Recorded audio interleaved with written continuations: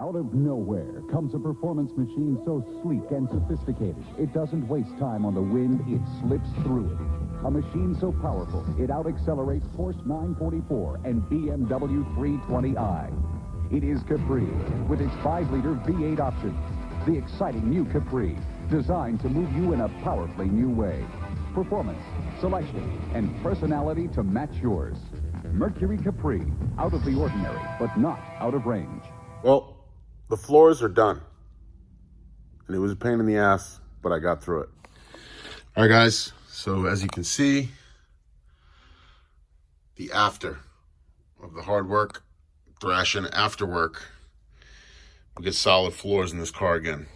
So I made out really well with the passenger side. I actually had an entire pan, but I needed the pan to be cut in a specific way due to where the floor was actually rotted. On both sides, the rot actually creeped up into this back well here. And this is where, you know, if you were sitting in the back seat, this is where the back of your ankle would be. So I kind of had a little bit of a struggle because most floor pans you buy are just this square piece here and you lay that in on the seam. So I had to kind of fabricate a little bit, and I brought the metal back to as far as it was good. And it left me with this, you know, about 3-inch gap here and a little bit up here. And I lap welded it. It wasn't really the most ideal. I wanted to butt weld it, but for this situation, I was able to just get myself some 16 gauge sheet metal and just give myself a proper bend, intercept the torque box underneath, and do the same, make myself a little 90-degree attachment there. And I had that portion, the flat portion, taken care of. And then there was just some, you know, tricky cutting. We got it all in. We got it done. The torque box was really tricky here to tie it all in because not only is it tied in here, it's also tied in down below. And it's sandwiched in between this piece and this piece. So I had to kind of do it a little trick. I got some before and after photos here, but everything seemed to work out really well. And as I said, going into the passenger side, the section of floor I had was the entire back piece all the way up to where it was rotted. Those holes right there hold on the e-brake cable guide. But again, the torque box. So the passenger side here worked out a little better. I was able to save the entire edge over there. I pieced it right in here. Nice. And I was able to, you know, overlap it just the right amount and get everything pretty much flush. The piece that I had to graft in, luckily somebody had cut it way up. So that's why I purchased it, because it was exactly what I needed. Took care of all the rot. I even had a little spot over there, over the wheel well. Took care of that, and everything worked out good. And it looked pretty great, weld-wise. Once you kind of lay seam sealer on there, you pretty much hide everything. But the good part is the floors are solid. The car is structurally solid. I just got to do a little cleanup underneath to make it look pretty. And as you can see, we still have the dash out.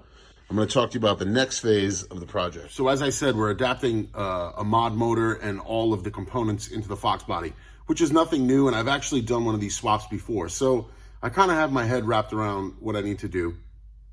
So before I can get the dash in, I really want to mock up pedal box. Here we have an 03 Cobra pedal box, and any of the SN95 or, you know, the modular car stuff, it mounts differently. The whole dash is different. And I didn't want to be the guy to swap a new edge dash into a Foxbody car. I really like the old style Foxbody dashes. You have to replace a bearing on the firewall, and you have to, there's a lot of modifications in it. And like I said, for looks, I like the old Foxbody dash. So I have to basically graft the pedal box from the Fox to this. I have to basically figure out where it attaches on the frameage of the dashboard to get this mounted up. So the next project, the next installment of this will be me basically getting that done and prepping the dash. I'm going to paint it black too, but prepping the dash and getting that installed. So eventually I can lay a rug in and actually have an interior of a car that I'm putting together, so it won't look so hideous. So all in all, I'm pretty happy with the way the floors came out. They aren't 100% perfect. And this is actually, I've been in, you know, the Mustang world for quite a bit. This is my first time installing a full floor pan like that, or full piece. I've done some patch jobs here or there, or the stud in the back. If you're a heavy set guy and you break the seat, you break the floor back there. But I've done quite a few repairs, but it's the first time I've actually cut huge portions of floor out and laid it in. So I'm quite happy with the work I did. I still, like I said, I still got to go underneath there and kind of make it look pretty underneath. And I'll seam seal some of that and hide all of that and do the best I can to make it look good. And I'm going to undercoat under there. I'm going to treat any kind of residual like surface rust there is. Once I get that undercoated, then we'll install the rear end. We'll get it rolling on the proper rear end, run the e-brake cables, get all that stuff prepped. And it'll just be a slow, you know, chugging along process. We'll knock out things as we go. But it's really coming together. I mean, that first video came out Monday, and, you know, it's Friday here at the shop, and the floors are actually done. So that's a huge leap. I feel a little more secure and more comfortable now going forward. I was really nervous chopping into this car because I knew I neglected it for so long, but it really wasn't that bad. One of the issues with the dash too is I had to hunt down the proper heater box. This car is a factory non-AC car, so I had to find in my, you know, loft full of parts, I had to find the proper heater box, but that is a non-AC heater box, and I had to find the proper dash for all the vent work. And just going over the pedal box here, you can see where it attaches and uses the frame as support, and it also has a bolt up here, up top. So I'm basically gonna make like a hybrid 03 Cobra Foxbody pedal box set, and then once that's done, we can mock up the Hydro Boost. And if any of you guys have done that before, it's best to mock it up when all this area is available for you. So that'll be the next thing, and I'll take you guys all the way through. So if any of you guys are interested in doing one of these swaps yourself, you have all the info right there.